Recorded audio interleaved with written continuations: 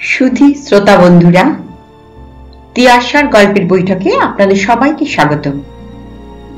আজকে আমি শার্লক হোমসের থেকে গল্প বলছি। স্যার আর্থার কোনান ডয়েলের লেখা লাল চুলের আতঙ্ক। শুরু করছি আজকের নিবেদন, লাল চুলের আতঙ্ক। সময়টা হেমন্তর শেষ। শীত আসি আসি করেও ঠিক আসেনি। সেই রকম একটা বিষণ্ণ সন্ধ্যায় হোমসের বাড়িতে গিয়ে দেখলাম একজন অদ্ভুত চেহারার লোকের সঙ্গে হোমস কথা বলছে। বেশ গোলগাল ভদ্রলোক, দেখলেই মনে হয় একটা বোকা বোকা ভাব। আর যেটা সবচেয়ে লক্ষণীয় সেটা হলো তার ছোট মাথায় এক মাথা লাল চুল। দেখি হোমস গম্ভীর হয়ে তার কথাগুলো শুনছে। আমি ভেতরে প্রবেশ করতেই হোমস আমায় স্বাগত জানালো। এসো এসো ওয়াটসন, আলাপ করিয়ে দিই, ইনি মিস্টার উইলসন, একটি বিচিত্র মামলা এনেছেন। আমি মৃদু হেসে বললাম, সে তো তোমার গম্ভীর মুখ দেখেই বুঝছি। হোমসের মুখে চিন্তার রেখা ফুটে উঠল।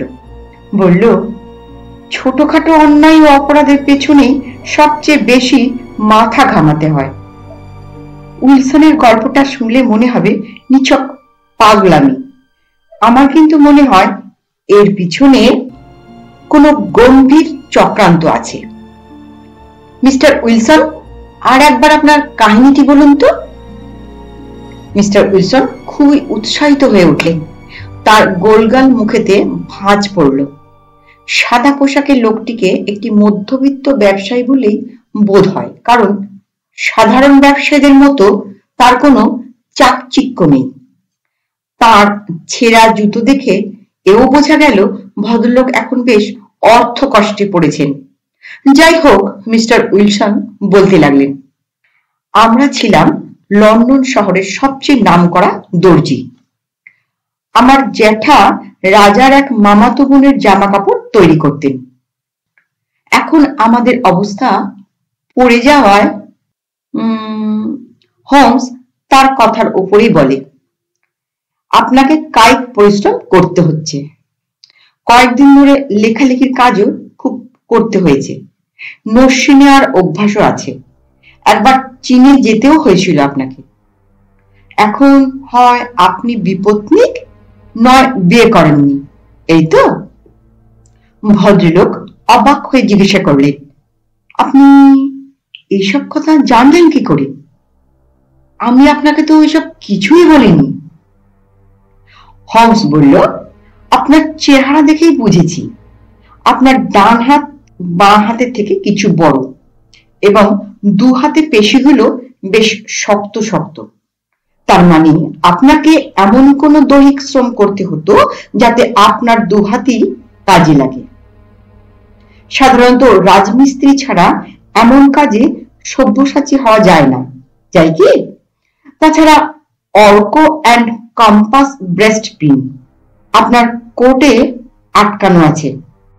নস্যি যে নেন বোঝা যায় আপনার নাকের কোণে নস্যি আর নোংরা রুমাল দেখে। আপনি যে চীনে গিয়েছিলেন তার চিহ্ন আপনার বাঁ হাতের কবজিতে আঁকা আছে, কারণ ওই ধরনের মাছের উল্কি চীন ছাড়া কোথাও আঁকা হয় না। আপনার পোশাকের অগোছালো ভাব দেখেই মনে হয় আপনার বাড়িতে কোনো গৃহিণী নেই। উইলসন আশ্বস্ত হয়ে বললেন, আমি ভেবেছিলাম আপনি বোধহয় জাদু জানেন। আচ্ছা, এখন শুনুন যে জন্যে আমার এখানে আসা। এই বলে একটা কাগজের কার্টিং আমাদের হাতে দিলেন। দেখলাম লন্ডনের মর্নিং ক্রিমিনালের একটা বিজ্ঞাপন, রক্তকেশীদের সুবর্ণ সুযোগ। লেবাননের এলিজাবেথ পেরিক প্রতিষ্ঠিত এই রক্তকেশী সমিতির একটি সভ্যপদ সম্প্রতি খালি হয়েছে। যারা লন্ডনের বাসিন্দা, বয়স 21 বছরের বেশি এবং আর্থিক অসচ্ছলতা আছে, তারাই আবেদন করুন। সপ্তাহে সামান্য কাজের জন্য 4 পাউন্ড করে দেওয়া হবে। আগামী সোমবার বেলা 11টায় সাক্ষাতের সময় নির্ধারিত হয়েছে।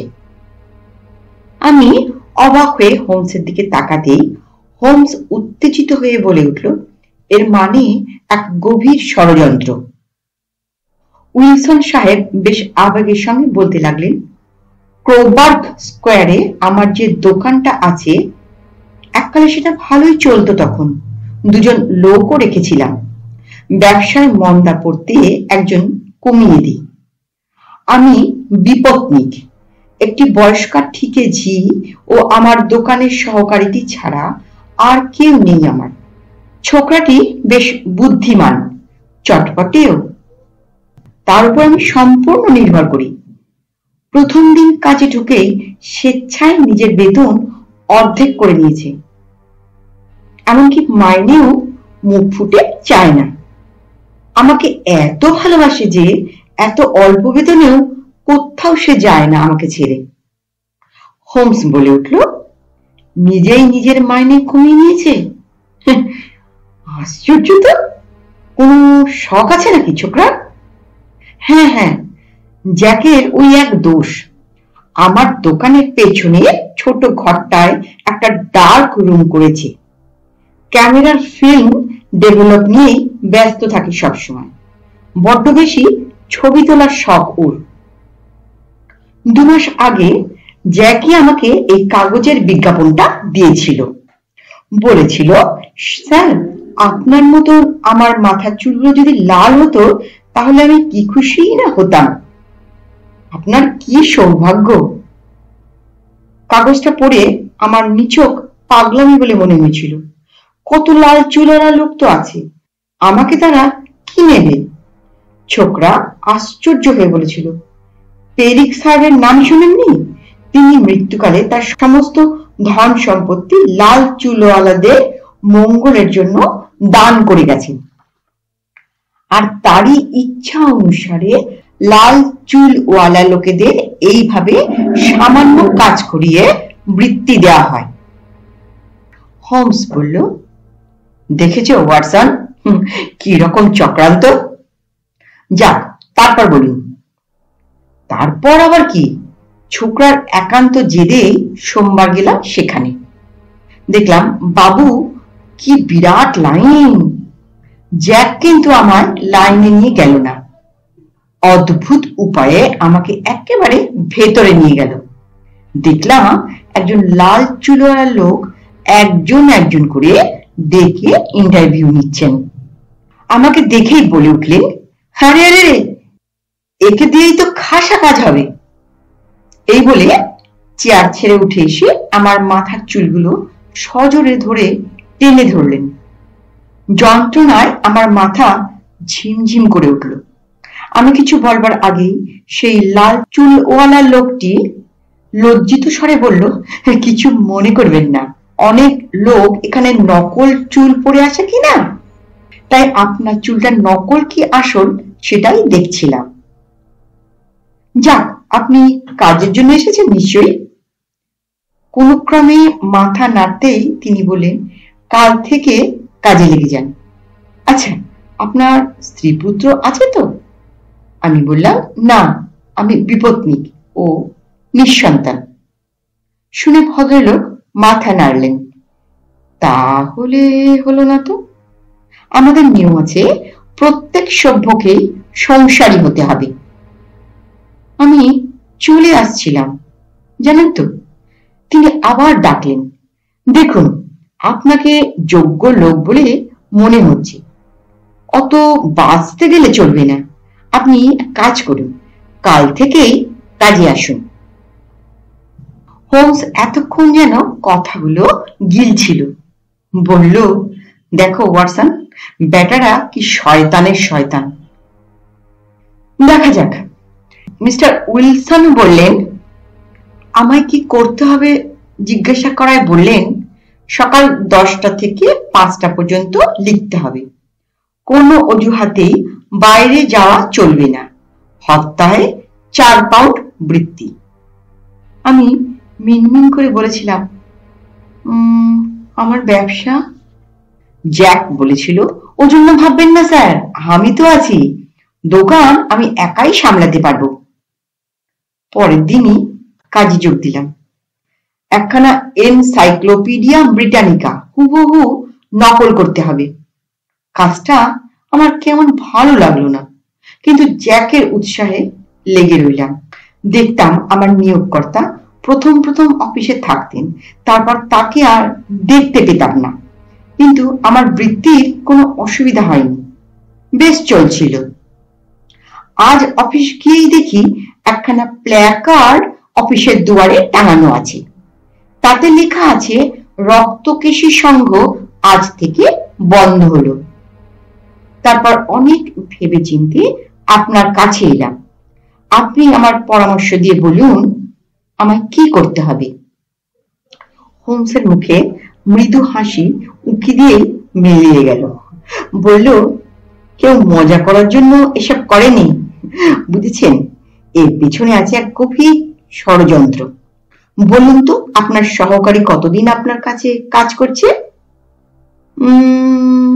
তা প্রায় 2.5 মাসের উপর। ছেলেটি বড় ভালো, ওর মাইনের সব টাকা আমার কাছেই জমা রাখে। জ্যাকের কানে কি কোনো ছেঁদা আছে? বেশ ভেবে বলুন তো।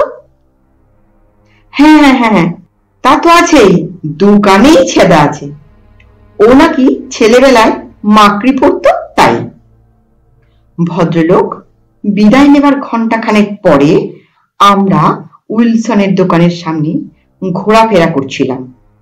দেখলাম মিস্টার উইলসন বেরিয়ে গেলেন। বোধ করি খেতে গেলেন। একটু পরে হোমস দ্রুত পায়ে দরজার কাছে এসে কান পেতে কি শুনল। বলল, অনেকগুলো ইঁদুর যেন একসঙ্গে মাটি খুঁড়ছে, এসো ঢোকা যাক। দরজার টোকা মারল হোমস। একটা সুদর্শন ছেলে দরজা খুলে দিল। হোমস বলল, মিস্টার উইলসন আছেন? না, খেতে বেরিয়েছেন বলে আমাদের মুখের উপর দরজা বন্ধ করে দিল। হোমস খুশি হয়ে যেতে যেতে আমায় বলল, দেখেছ ওয়াটসন, ছোকরার প্যান্টটা হাঁটু অবধি তোলা আর ধুলো কাদা লেগে আছে, খেয়াল করেছ? তারপরে হোমস আমাকে বাড়ির পেছন দিকে নিয়ে গেল। দেখো, সিটি অ্যান্ড সাবারবান ব্যাংকের হেড অফিসটা বাড়ির ঠিক পেছনেই, একেবারে লাগোয়া, যা ভেবেছি। ওয়াটসন, তুমি এখন যাও, ঠিক রাত 10টায় আমার বাড়ি এসো, কেমন? যথা সময়ে হোমসের বাড়ি গিয়ে দেখলাম বেশ একটি ছোটখাটো সশস্ত্র দল সেখানে বসে আছে। স্কটল্যান্ড ইয়ার্ডের 2 জন উচ্চপদস্থ পুলিশ অফিসার ছাড়াও একজন অপরিচিত ব্যক্তি সেখানে আছেন। আমি গিয়ে পৌঁছতেই হোমস বলে উঠল, এসো এসো ওয়াটসন, এই ভদ্রলোককে তুমি চেনো না? ইনি হলেন সিটি অ্যান্ড সাব-আরবান ব্যাংকের প্রধান কর্মকর্তা মিস্টার ম্যাকফারসন। এদের ব্যাংকের স্ট্রং রুমে প্রায় 1 কোটি টাকার সোনার পাত রয়েছে। অস্ট্রেলিয়া থেকে আমেরিকা যাবার পথে ব্যবসার জন্য রাখা আছে। আমরা আর দেরি করলাম না। যেতে যেতে হোমস ডিটেকটিভ ইন্সপেক্টর লেস্ট্রেডকে বলল, আজ এমন একটা অপরাধীকে ধরিয়ে দেব যার ধরা তোমাদের পক্ষে হয়তো সম্ভব হতো না। লোকটার নাম জন ক্লে, মস্ত বড় পরিবারের ছেলে, অবস্থায় বিপর্যয়ে একটি পাকা বদমাশে পরিণত হয়েছে। 2 বার জেল থেকে পালানোর জন্য তার 2টো কানই ফুটো করে দেওয়া হয়েছে। এতক্ষণে আমরা ব্যাংকের কাছে এসে পড়েছি। তালা খুলে আমরা মাটির নিচে স্ট্রং রুমে হাজির হলাম। বাইরের দিকে পাথরে একটা ঘা মেরে হোমস বলল, সবই ফাঁকা দেখছি, এই বাক্সগুলোতে সোনার পাত আছে নিশ্চয়ই। মিস্টার ম্যাকফারসন বললেন, হ্যাঁ। এবার হোমস আমাদের চারদিকে বেশ ভালোভাবে সাজিয়ে দিয়ে অপেক্ষা করতে লাগলো। একটু পরে খুট খুট আওয়াজ কানে এলো। দেয়ালের একটি পাথর সরে গিয়ে একটা ক্ষীণ আলোর রেখা স্পষ্ট হলো। একটু পরে দুজন লোক লাফিয়ে ঘরের মধ্যে প্রবেশ করলো। তারপর আর কি, ওদের দুজনকে ধরতে আমাদের বিশেষ কষ্ট পেতে হলো না। আচমকা আমার পিস্তল উঁচিয়ে দাঁড়াতে হকচকিয়ে গেল। পালাতে চেষ্টা করছিল, কিন্তু পারল না। হোমস বলল, জন ক্লে, তুমি নিজেকে খুব বুদ্ধিমান মনে করেছিলে না? ক্লে বলল, আমার অদৃষ্ট, আমার শরীরে রাজ রক্ত আছে। সৌম্য করে কথা বলুন। ইন্সপেক্টর ব্যঙ্গ করে বলে উঠলেন, আগে স্যার, দয়া করে আপনাকে একবার থানায় যেতে হবে। জন ইন্সপেক্টরের দিকে অগ্নিদৃষ্টি হেনে এগিয়ে গেল। ওপরে উঠতে উঠতে মিস্টার ম্যাকফারসন হোমসের হাত ধরে বললেন, কি বলে আপনাকে ধন্যবাদ জানাবো মিস্টার হোমস? হোমস হেসে বলল, উপযুক্ত পারিশ্রমিক দিয়ে। মিস্টার ম্যাকফারসন বললেন, হ্যাঁ, তাই হবে। বাড়ি যেতে যেতে হোমস বলল, ব্যাপারটা বুঝলে তো ওয়াটসন? ওই যে বিজ্ঞাপন আর মিস্টার উইলসনকে বই নকল করতে দেওয়া, এর মানে আর কিছুই নয়। উইলসনকে আটকে রাখা মাত্র। ওরা দেখলেন সপ্তাহে 4 পাউন্ড ব্যয় হলেও কৃতকার্য হলে ওরাই হবে বেশি লাভবান। কিন্তু যখনই শুনলাম ছোকরাটি নাকি অর্ধেক বেতনে কাজ করতে চায়, তাও আবার নিজের বেতন নিজেই কমিয়ে দিয়েছে, তখনই আমার খটকা লাগলো। বুঝলাম কোনো একটা উদ্দেশ্য আছে ছোকরার। কি সেই উদ্দেশ্য? আবার যখন শুনলাম ছোকরা ছবি তোলবার শখ আছে এবং দোকানের পিছনের ঘরটা সে ডার্ক রুম হিসেবে ব্যবহার করে, তখনই বুঝলাম গোপনে সুড়ঙ্গ কাটার ব্যবস্থা হচ্ছে। তবুও নিজের চোখে ভালোভাবে দেখবার জন্য তোমাকে সাথে নিয়ে দেখতে গেলাম। সে তো তুমি জানোই। বললাম, তা না হলো, কিন্তু আজই যে এরকম একটা ঘটনা ঘটবে জানলে কি করে? অত্যন্ত সোজাভাবেই। রক্তকেশী সঙ্গ ভেঙে দিতেই বোঝা গেল উইলসনকে বাইরে রাখার আর দরকার নেই, কারণ তখন সুড়ঙ্গের কাজ শেষ। তাছাড়া সোনাগুলো যে কোনো দিন আমেরিকা চালান হয়ে যেতে পারে। আরো একটা কথা, আজ শনিবার, রবিবার ছুটি, হাতে আছে 1 দিন সময়। টের পাবার আগে কাজটা শেষ হয়ে যাবে। নমস্কার। গল্পটি কেমন শুনলেন? গল্পটি যদি ভালো লেগে থাকে দয়া করে একটা লাইক করতে ভুলবেন না। আর যদি আপনাদের কোনো মতামত থাকে অবশ্যই কমেন্ট বক্সে লিখে জানাবেন।